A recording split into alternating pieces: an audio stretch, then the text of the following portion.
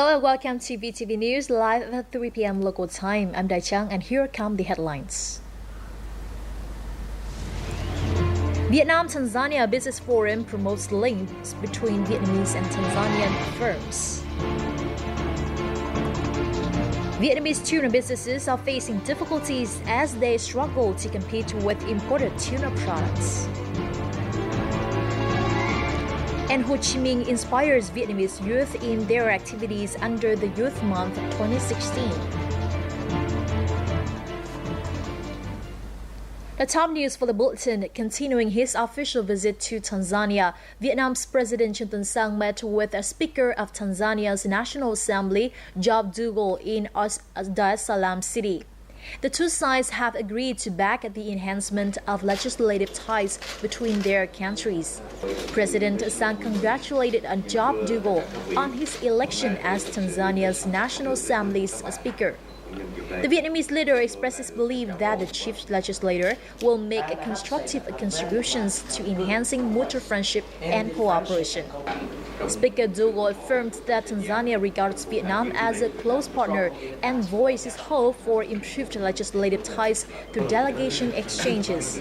President Sang conveyed Vietnamese National Assembly Chairman Nguyễn Sinh Hum's invitation to visit Vietnam at an early date.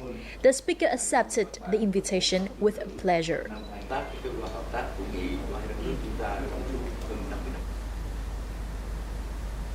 As part of his state visit to Tanzania, President Trương Tấn Sang, together with Tanzanian Prime Minister Kassim Majaliwa, attended a business forum between Vietnamese and Tanzanian firms on Thursday.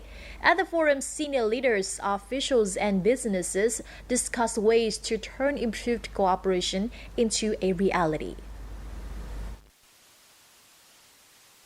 Tanzanian Prime Minister Majaliwa said that there were great chances for cooperation between Vietnam and Tanzania, and doors were wide open to welcome Vietnamese businesses. The Tanzanian Prime Minister mentioned particular fields that the country wants to cooperate with Vietnam. With Tanzania's competitive labor costs, natural resources, preferential policies, Vietnamese enterprises can see numerous opportunities for further links. Tanzania appreciate the good efforts by organizers, including Tanzania Investments. Other areas include light manufacturing, ICT-based industry, and technological adoption and urban industry to take advantage of the potential of growth urban centers. Tanzania offers abundant natural resources with the provide for plenty of raw materials for the manufacturing industries such as cotton, for garment, and textile industries. State President Trương Tấn Sang told the gathering that leaders of the two countries had agreed to cooperate in many fields, including agriculture, which would be a priority. Vietnam has lots of experience in agriculture and we're willing to share it with Tanzania through bilateral cooperation, technical support, direct investment into projects in rice, aquaculture and seafood processing to help Tanzania implement a national food security program. Sang also added that on the basis of good political cooperation, businesses from the two countries would play a key role in promoting economic cooperation, and trade was currently still very limited considering the ample potential. Vietnamese firms need to establish distribution channels not only to Tanzania but also other East African countries, and in a broader extent, the 14 members of the African Economic Association, which consists of about 400 million people. State President Sang also urged the business communities of the two countries to recommend policies that would facilitate business ties. The two leaders also witnessed the signing of a memorandum of understanding in cooperation between the Vietnam Chamber of Commerce and Industry and Tanzanian Chamber of Commerce, Industry and Agriculture. Bilateral trade turnover is expected to reach $1 billion in the near future. Now, the European Union and Vietnam Free Trade Agreement, or EVFTA, which includes various requirements to strengthen Vietnam's legal framework and market institutions, is expected to have an impact on the country's legal system. The Vietnam Chamber of Commerce and Industry held a one-day workshop on customs and transparency, attracting businesses and policymakers in Hanoi on Thursday. Lan Anh reports. According to the VCCI, Vietnam's custom laws are quite consistent with its VEFTA commitments, since both are based on Kyoto Convention, the International Convention on the Simplification and Harmonization of Customs. Yet, the main problem lies in the implementations of the law. In Vietnam, like in many other developing countries, one of the most important problems is not the legislation, but the implementation and the enforcement. And implementation and enforcement requires a number of interventions, not only from the legal point of view, not only drafting the law, but it's important to revise and reform the institutions. According to General Department of Vietnam Customs, goods quality assessments conducted by agencies other than customs account for 72% of the time spent on clearance. For example, agro-produce needs to undergo hygiene and food safety assessments in addition to customs clearance. It is necessary to conduct a review on the legal framework for non-customs procedures, since they have yet to comply with our EVFTA commitments. For example, the customs sector has already implemented post-clearance audits, yet non-custom procedures are merely conducted during clearance procedure. To resolve this situation, experts underscored cooperation between customs and other related agencies. Better implementation depends, first of all, on the creation of the right environment for the implementation. So, first of all, we need to improve the capacity and the governance of the main institutions, for example, customs and all the other organizations involved. Second, we have to provide a better interaction between the private sector and the institutions. Experts have suggested that local businesses are in need of more professional assistance centers to help them better adopt the country's EVFTA commitments in terms of customs and transparency.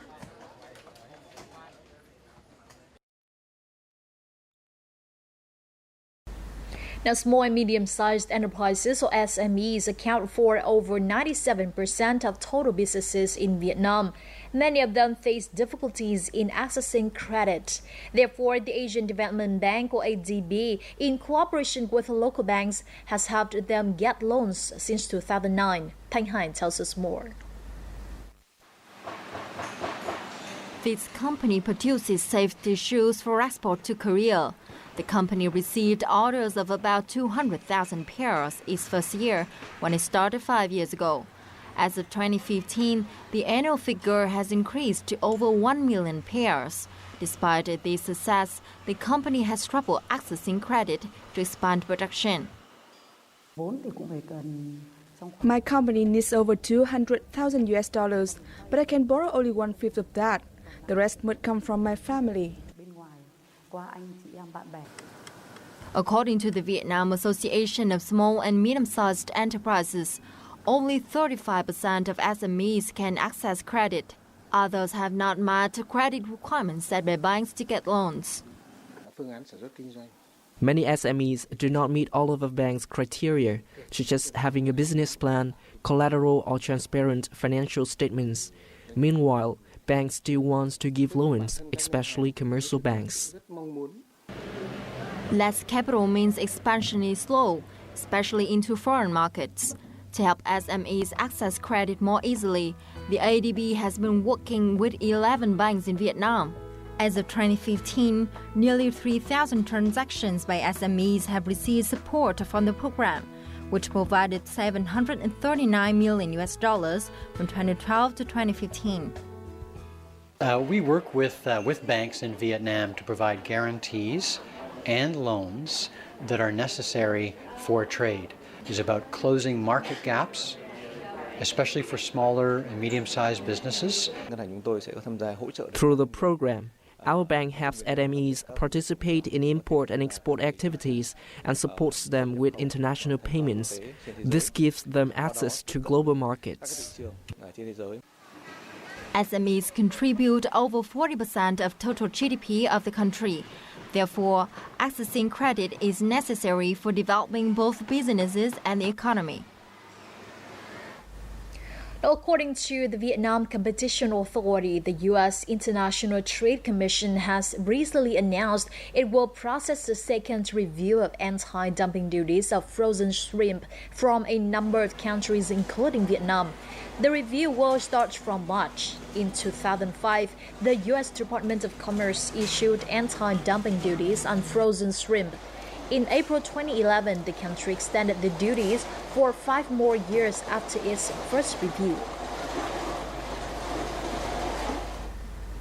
Now, Vietnamese tuna businesses are facing difficulties as they struggle to compete with imported tuna products. Annual imported tuna is 3 times higher than domestic production.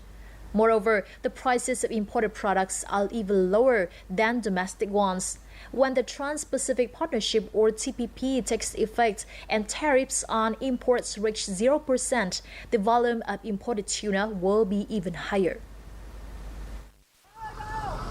Since the end of the Lunar New Year, the price of tuna in south-central Vietnam has fallen to just over $3.5, $1 lower than before the holiday. Fluctuations like this are not new. The problem is the extremely large volume of tuna imported by domestic businesses. Last year, Vietnamese farmers produced 17,000 tons of tuna.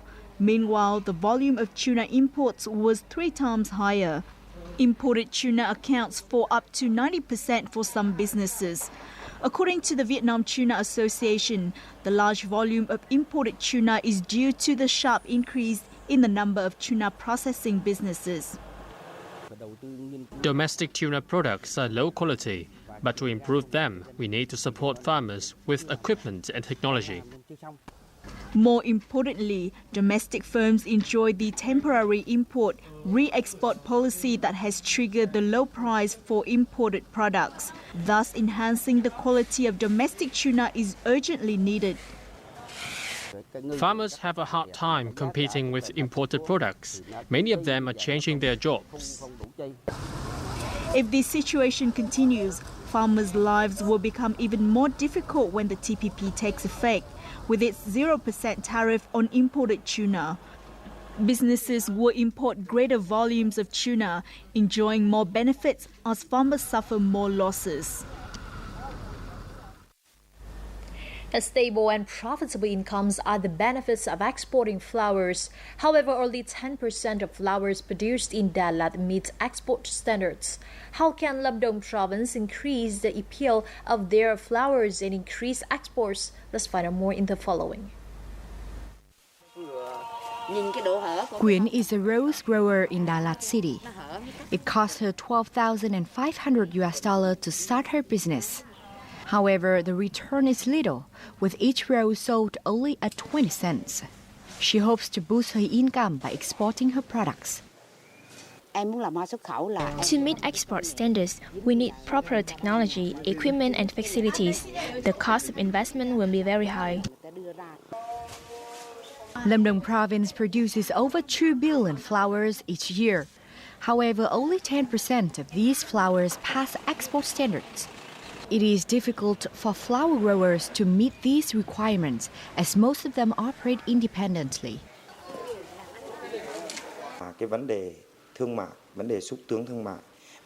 We need corporations to assist local farmers. I believe they have the capacity to facilitate this.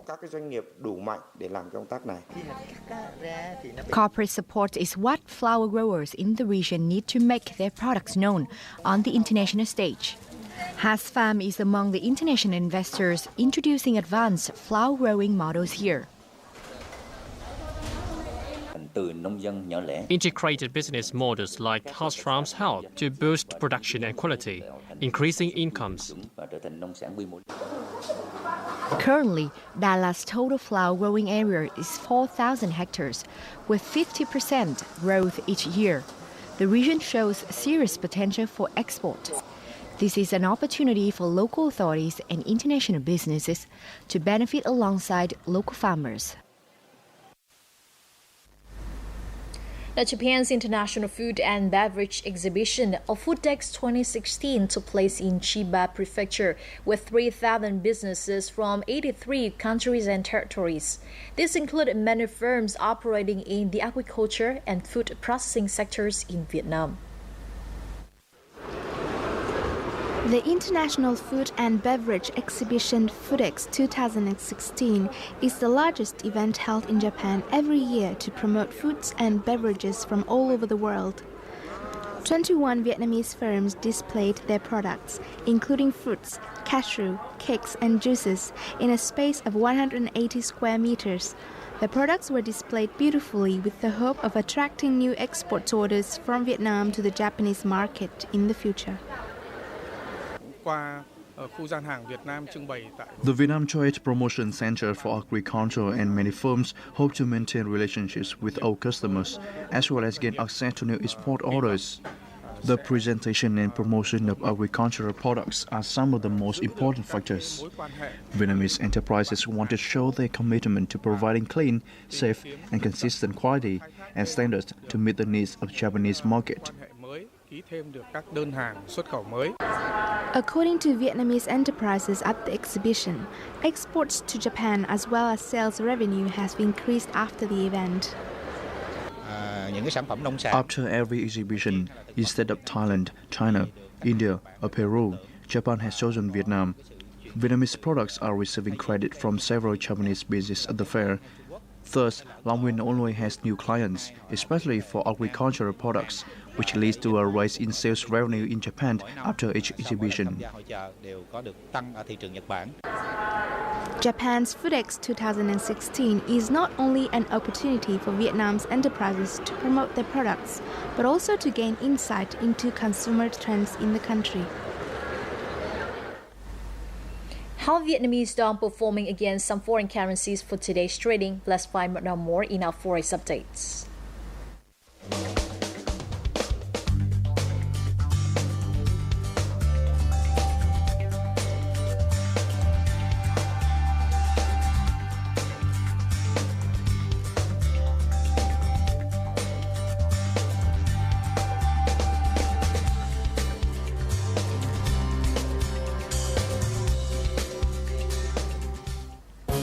Coming up next on VTV News, 8 Mekong Delta provinces announced natural disaster situation at level 1 risk.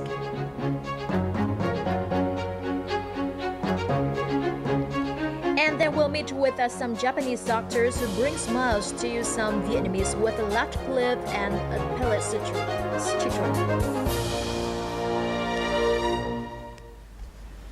Welcome back. Now, the Mekong Delta province of Chau Vinh has recently declared a natural disaster situation at level 1 risk in the locality because of a serious salinity intrusion. Thus, 8 provinces in the Mekong Delta region have announced this situation, including Bến Tre, Kiên Giang, Long An, Tiền Giang, Sóc Trăng, Cà Mau, Vĩnh Long, and Chau Vinh. So far, over 11,000 hectares of winter's spring rice crops have been damaged, affecting more than 13,000 farmers. According to the Southern Institute of Water Resources and Chau Vinh's meteorological station, it is likely that by the end of April, there will be no fresh water in Chau Vinh's dike system.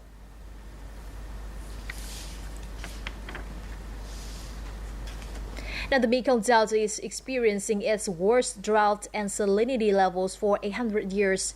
In Cà Mau province, more than 50,000 hectares of rice fields have been damaged, with 30 to 70% losses.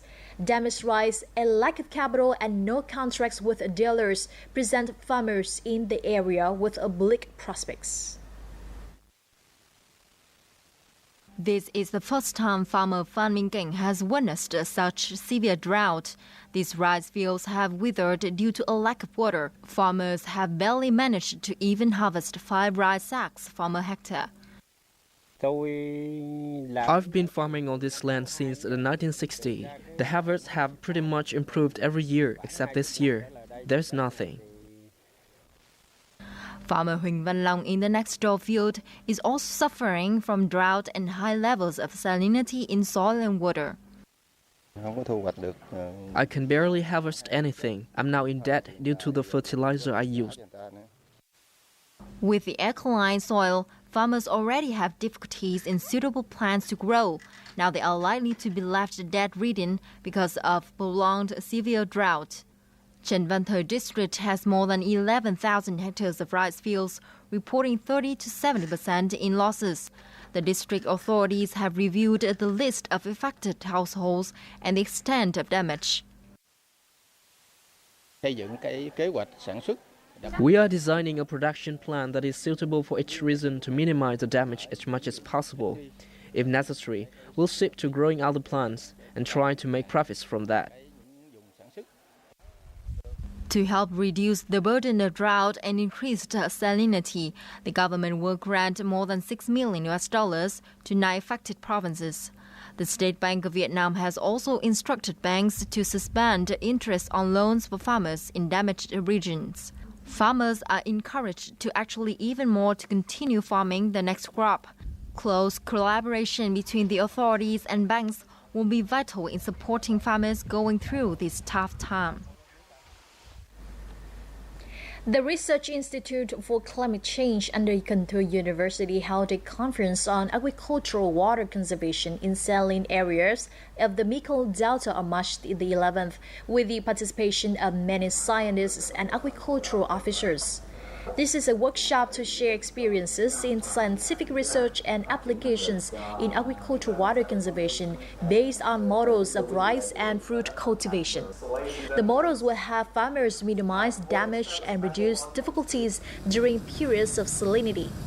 Inexpensive and easy to apply, they have been highly effective in various southern provinces. Water conservation is considered an immediate and practical plan by farmers in the Mekong Delta, especially for the summer-autumn crop. Now, an aid agreement to provide medical equipment for Châu Đốc General Hospital in An Giang Province was signed on Friday between the Vietnamese government and the Kuwait Fund for Arab Economic Development. Deputy Minister of Finance Trương Chí Trung and Mr. Hasham Al-Wakayan, Deputy General Director of the fund, signed a $11.5 million loan package.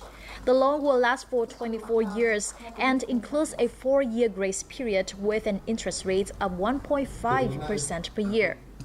This is the first medical project sponsored by the Kuwait Fund for Arab Economic Development. It is expected to improve the quality of health care services in An Giang Province and neighboring areas. Now, a group of volunteer Japanese doctors is offering cleft lip and palate surgeries for children in Ninh Bình Province. This has been their annual activity for 18 years. They perform free pediatric surgeries in 3 regions, namely Ninh Bình, Quảng Bình, and Bến Tre provinces. 13 Japanese doctors are working with the Ninh Bình General Hospital to diagnose 73 patients and conduct 35 cleft lips and palate surgeries from Thursday to Saturday. 10-month-old Nguyễn Gia Bảo is one of the youngest patients in this surgery period. According to doctors, it is still late to engage in surgery as this case, compared to Japanese patients who are 4 to 5 months old. The doctor said if he gets better next year, he can have a second surgery. We were really worried for our son, but the doctor reassured us that he will look better. Doctors prepare carefully for their pediatric patients, with all surgery equipment being brought from Japan.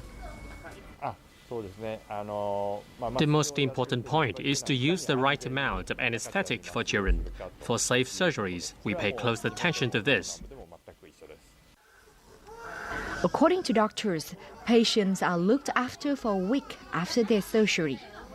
For the youngest cases, doctors perform the surgery 1 or 2 more times to perfect their features and recover their pronunciation and respiratory function. Before the surgery, my younger brother had a serious lisp. I never understood what he said. After the surgery, he spoke better with the help of the tutor, and now he no longer has a lisp. Since they began their humanitarian activities in Ninh Bình Province, the Japanese Cleft Lip and Palate Association has conducted 500 surgery for children here. After 18 years of cooperating with Japanese doctors, all patients have gotten better. There has never been a complication or death. The Japanese Cleft Lip and Palate Association was recognized as a non-profit private organization in 2002. During 20 years of operations in Vietnam, this organization has performed about 1,000 pediatric surgeries in Bến Tre, Quảng Nam, and Ninh Bình provinces. The Arioca Festival was held in A Lưới District, Thừa Thiên Huế Province on Thursday. The festival includes several rituals such as welcoming guests and a buffalo sacrifice ceremony. There are also handicraft product displays and traditional music performances. The festival is a tradition of Central Highland ethnic groups such as Paco, Taoi, Katu, and Pahi. It is a chance for ethnic groups in the area to enhance their solidarity. The festival is part of efforts to preserve their cultural values and customs.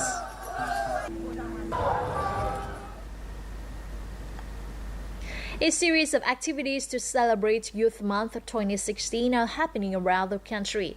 Among these, the President Ho Chi Minh and the Young Generation exhibition is a tribute to Uncle Ho's faith in the young citizens of the nation. Let's check this out in the following report.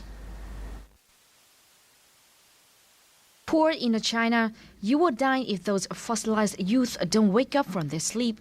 This is a quote from President Ho Chi Minh about the significance of youth in the revolutionary effort of the nation. Through generations, youth have always been the pioneers of revolutions. President Ho Chi Minh understood this and cherished their participation. Uncle Ho's faith in young people paid off during the wars of liberation. His perspective was absolutely on point. Not only does this exhibition portray the ideology of the late president about Vietnamese youth, it also showcases the party's concern for these young citizens. More importantly, it honors the achievements of Vietnamese youth through 200 exhibits. I'm very impressed by the letter Uncle Ho sent to Vietnamese youth. I hope that our modern-day young people will answer his call to contribute more to the country. The exhibition of President Ho Chi Minh and the Young Generation will run until May 2016. Now, Vietnamese world-renowned pianist Đặng Thái Sơn gave an extraordinary performance in Hanoi last night. His renditions of the music of Frédéric Chopin captivated the audience for nearly 2 hours. He performed Piano Concerto No. 2 in F minor, which won him the gold medal at the International Chopin Piano Competition 35 years ago in Warsaw, Poland. Đặng Thái Sơn was born in Vietnam in 1958. He was the first Asian pianist to win the International Chopin Piano Competition.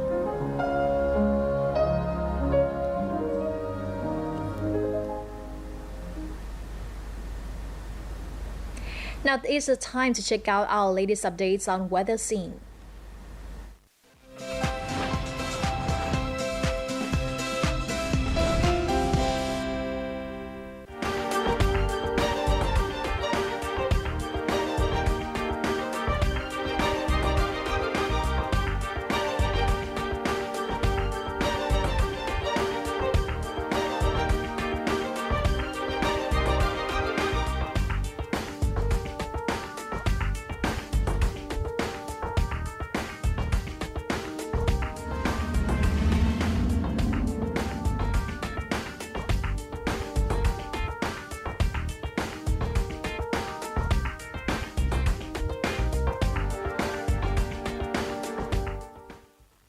And that's all we have for now. In the meantime, join us on social media or catch us online at vtv4.vn or youtube.com/vtv4go. Once again, thank you for stopping by and see you next time.